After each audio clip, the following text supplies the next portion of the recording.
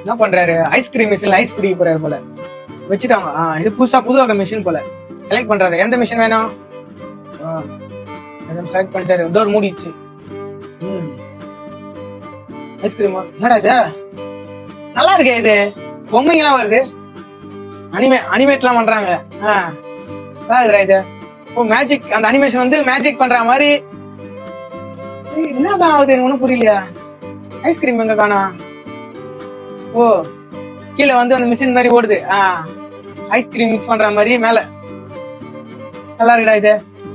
ஆக்சுவலா இப்ப பின்னாடி ஒரு டிஸ்பிளே வச்சிடறாங்க.